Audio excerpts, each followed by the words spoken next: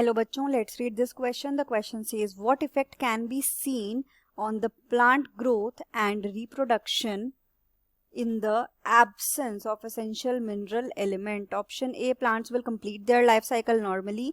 Option B, plants will not complete their life cycle. Option C, there will be no effect on the normal growth, but reproduction in plants will suffer. Option D, only growth will get affected, not the reproduction. तो इस question में ये पूछा गया है कि अगर हम प्लांट ग्रोथ की बात करें और रिप्रोडक्शन की बात करें तो अगर एसेंशियल मिनरल एलिमेंट्स की एब्सेंस रहेगी तो इन दोनों चीज़ों पर प्लांट के क्या फ़र्क पड़ेगा। तो जो की कॉन्सेप्ट हम इस क्वेश्चन में यूज़ करेंगे, हम जानेंगे क्राइटेरिया फॉर एसेंशियलिटी के बारे में। क्राइटेरिया फॉर एसेंशियलिटी यानी कि कोई भी मिनरल एलिमेंट एसेंशियल एलिमेंट कब बनता है। तो अगर हम क्राइटेरिया फॉर एसेंशियलिटी की बात कर रहे हैं, if we talk about criteria for essentiality, तो इसमें हमारे मेन 3 क्राइटेरियाज आते हैं, 3 पॉइंट्स आते हैं। पहला होता है कि एलिमेंट जो हो, एक एलिमेंट एसेंशियल एलिमेंट तब बनता है जब वो एब्सोल्युटली नेसेसरी हो प्लांट के नॉर्मल ग्रोथ के लिए और उसके रिप्रोडक्शन के लिए। और अगर वो एन एलिमेंट एब्सेंट हो तो प्लांट्स अपनी लाइफ साइकिल या सीड्स का बनना या रिप्रोडक्शन का प्रोसेस कंप्लीट ना कर पाए। क्योंकि अगर कोई भी प्लांट रिप्रोडक्शन और प्लांट ग्रोथ नॉर्मली कर पा रहा है किसी एलिमेंट की एब्सेंस में, तो वो एलिमेंट एसेंशियल मिनरल एलिमेंट नहीं होता। तो यहाँ पर पहला क्राइटेरिया क्या है कि एलिमेंट कैसा होना चाहिए, absolutely necessary.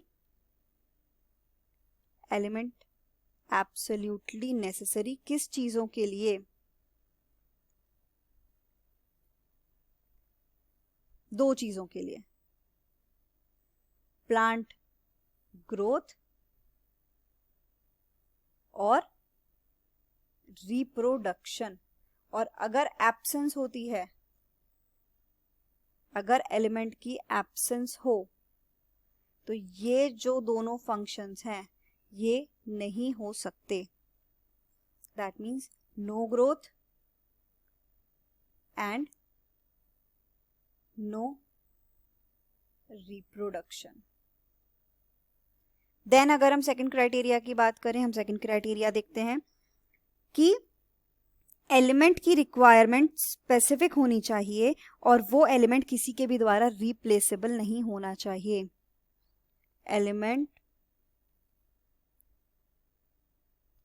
Should not be replaceable.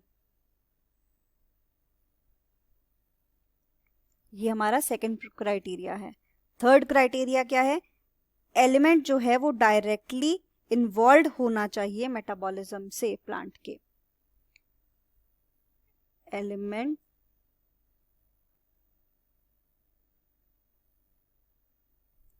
Directly involve होना चाहिए प्लांट के मेटाबॉलिज्म में। इन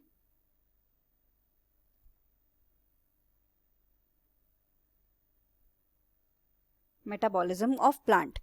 तो ये हमारे क्राइटेरिया होते हैं एसेंशियलिटी के। और अगर ये क्राइटेरिया एब्सेंट होंगे तो एसेंशियल एलिमेंट नहीं होगा। हमसे क्वेश्चन में पूछा गया है प्लांट ग्रोथ पे या प्लांट रिप्रोडक्शन पे क्या फर्क पड़ेगा अगर एसेंशियल एलिमेंट एब्सेंट होता है।